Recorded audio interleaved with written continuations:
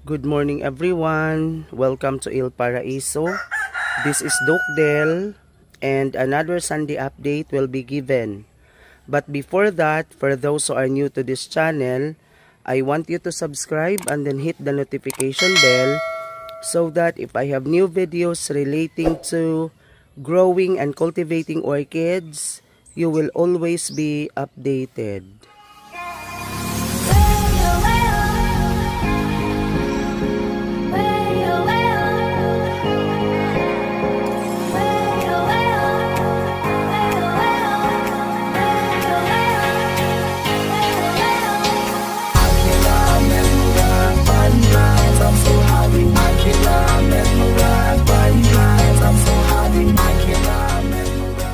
It's a sunny Sunday everyone. So this time another update kung ano ang bago dito sa Il Paraiso. Of course, this update is actually intended para malaman ng aking mga viewers kung how is my green babies doing here at Il Paraiso. Okay, so this one, a healthy root tips ang lumabas. So kung ating titingnan, kadalasan sa kanila meron na pong mga bagong ugat. Okay, so ang section na ito, this portion, ito ay intended sa mga ganitong uri ng orchids, and then these orchids is actually need to be exposed from the sun. Okay, so this one, okay, okay, tingnan ninyo, unti-unti na po silang gumanda and napakalulusog po ng kanilang mga ugat. Okay, so ito last week, hindi pa ito nag-bloom, but this time lumabas na po ang beauty ng orchids, ng kanyang bulaklak rather. Okay, so unti-unti na po silang nagbibigay ng mga blooms dito sa Il Paraiso. But of course, do not expect too much because this is their 5th week, Pang-5 linggo nila ito na mula nung inilipat sila sa mga kawayan. Okay, tingnan niyo yan. Okay, so this made me happy this time kasi unti-unti na po talagang dumadami ang kanilang mga bagong ugat. Okay, so yung iba, they started to yan po, they started to crawl yung kanilang mga ugat at nagsimula na po silang dumikit doon sa kanilang bagong media. Okay, so yan po.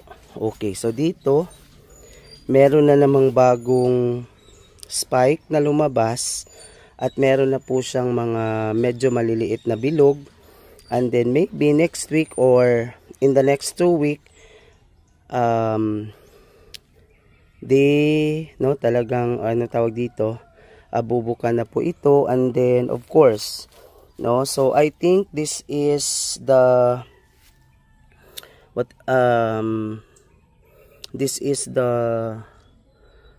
reason kung bakit nagkaroon na sila ng mga bagong blooms, because talagang napaka-healthy po ng kanilang mga ugat.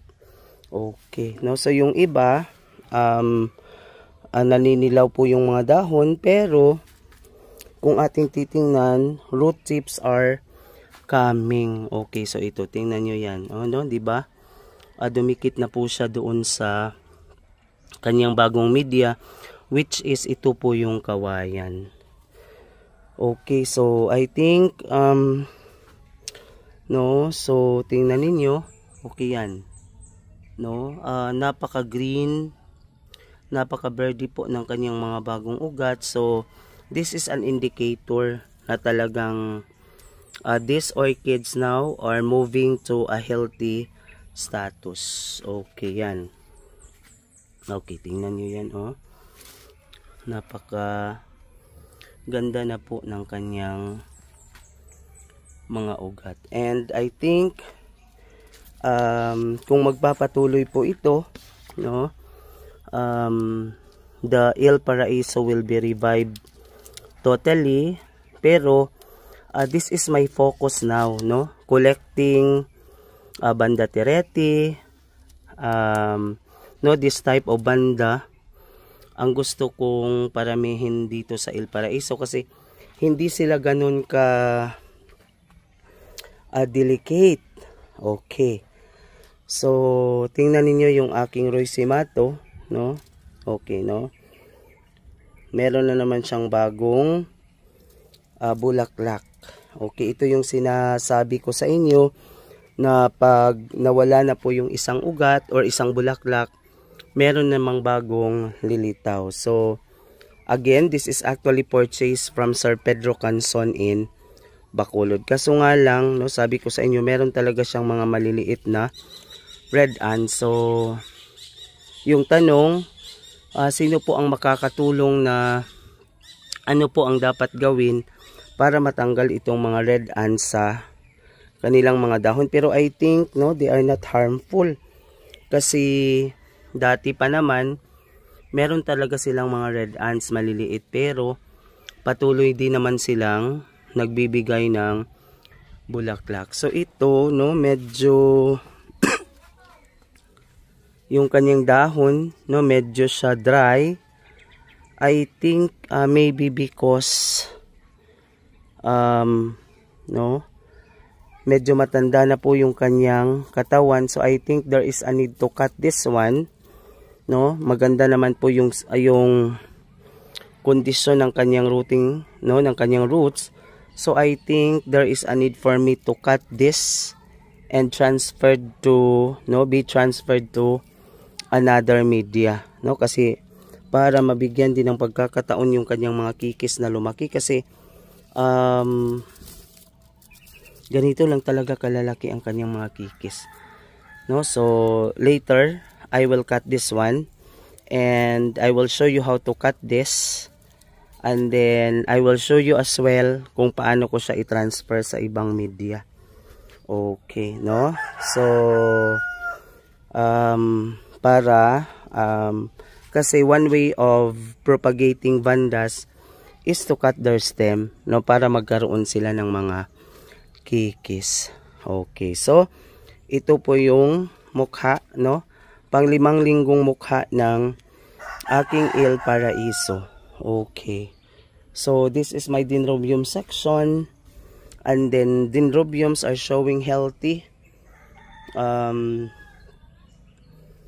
Okay, no, they are healthy, and try to see the roots.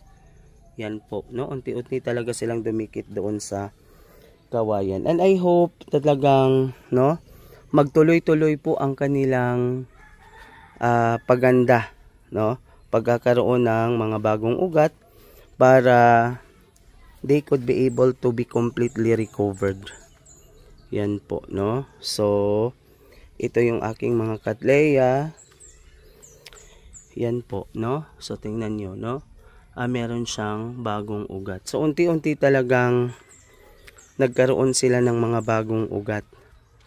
So sa panlimang linggo, malaki na po ang pagbabago na naging dulot, no, nung paglipat sa kanila doon sa mga bagong media. Kaysa dati andun sila sa mga bulok na kay Mito. Okay, so ito yung aking Cattleya na bago kong nilipat, no. This was actually last week kasi kawawa naman sila doon sa gilid lang. And then tingnan niyo yung pangalan, this is Siam Pink, no. Actually I saw one time the flower of this one, pero ito talaga, no, ito hindi ko pa talaga nakita ang bulaklak nito. So I hope inilipat ko na kasi siya sa bagong media, hindi na siya doon sa puno ng niyog.